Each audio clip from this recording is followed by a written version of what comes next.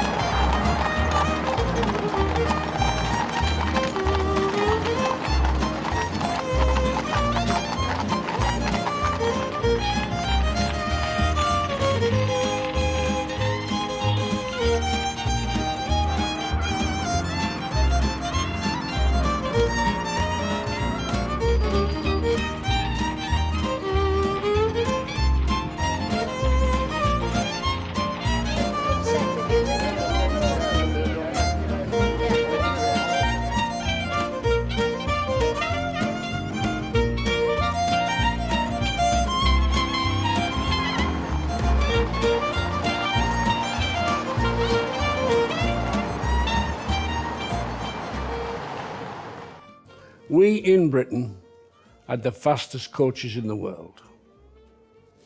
And our coaches averaged 10 miles per hour, including changeovers. And the reason why we had the fastest coaches in the world, that when it was discovered that they could send mail by coach, because at first they thought with highwaymen and vagabonds it would be impossible. The government of the day commissioned roads to be built and bridges to be built.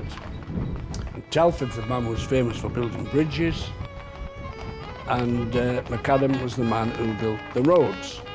McAdam's method of building roads was excavate a wide trench, put huge stones in the bottom, smaller stones on the top and finer stones.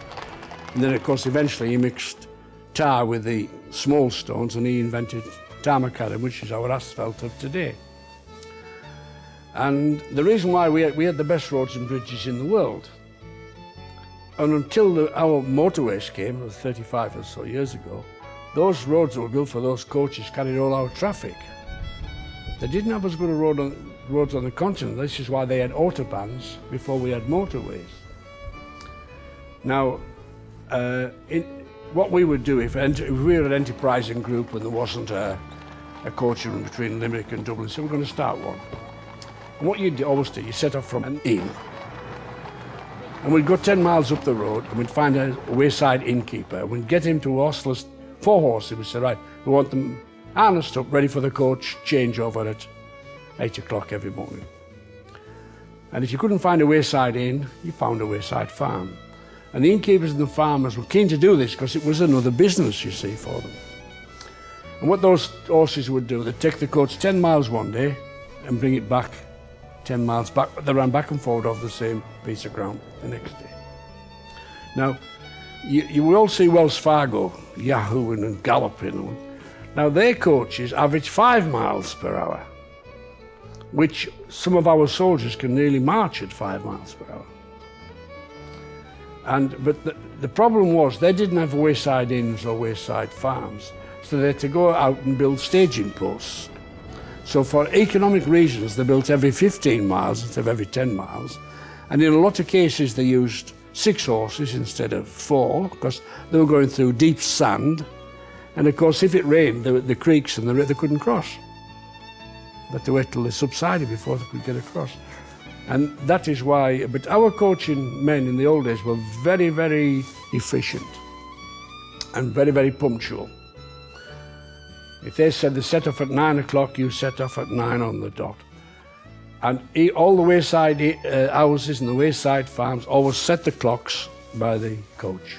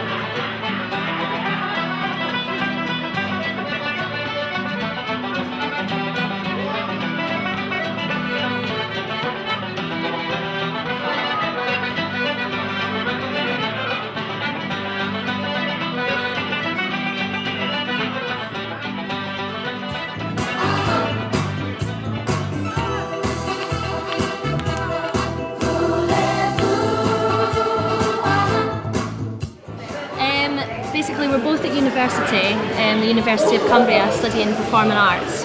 We're going into our 3rd year. As well as that, we're in an ABBA tribute band called Sweet Dreams, and we tour all over the UK at the moment. Just doing an ABBA tribute act, really. So, obviously, we're trying to raise as much money as possible for the charity. So.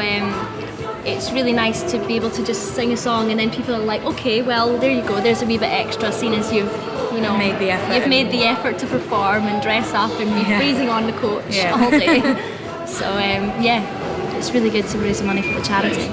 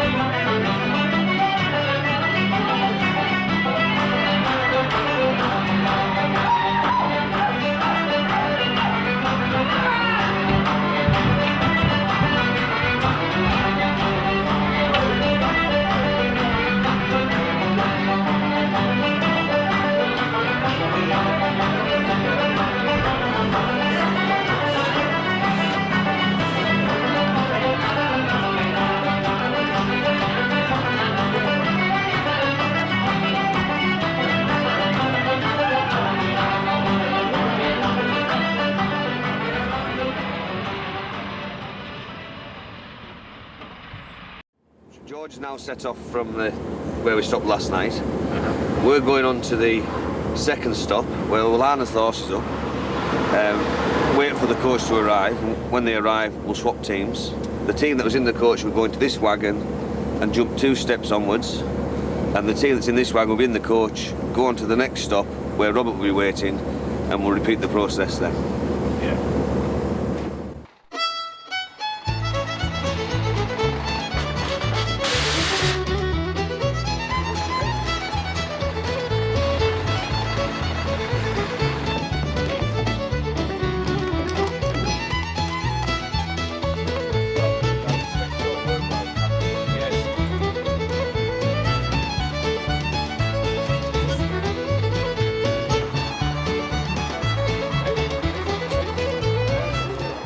Do not wee on me or do anything horrible while I'm under here.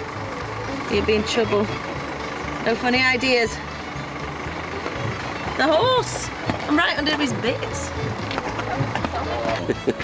What's your role in all this thing? I'm just a wagon driver.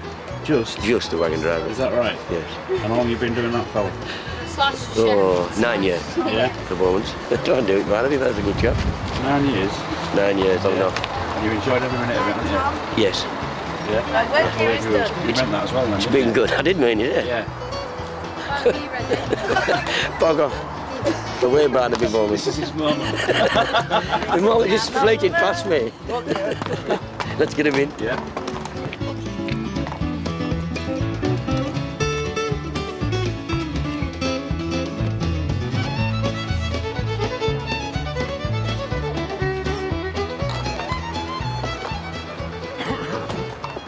Obviously, I've met the Bowmans. I mean, obviously, I'm involved with horses since I'm young, and I'm living in the UK now. And different events, you come across different people, and I always had an interest in the driving.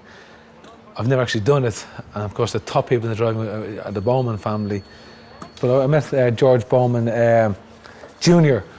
And he invited me up to his stables and yard, and I saw the setup and rode some of his horses, and I got the opportunity to do some driving. That's fantastic. What is it, isn't it? This is a famous horse. This was in the movie, a couple of movies. This is in Tomb Raider, and this is the one that Mel Gibson rode in Braveheart. Yeah.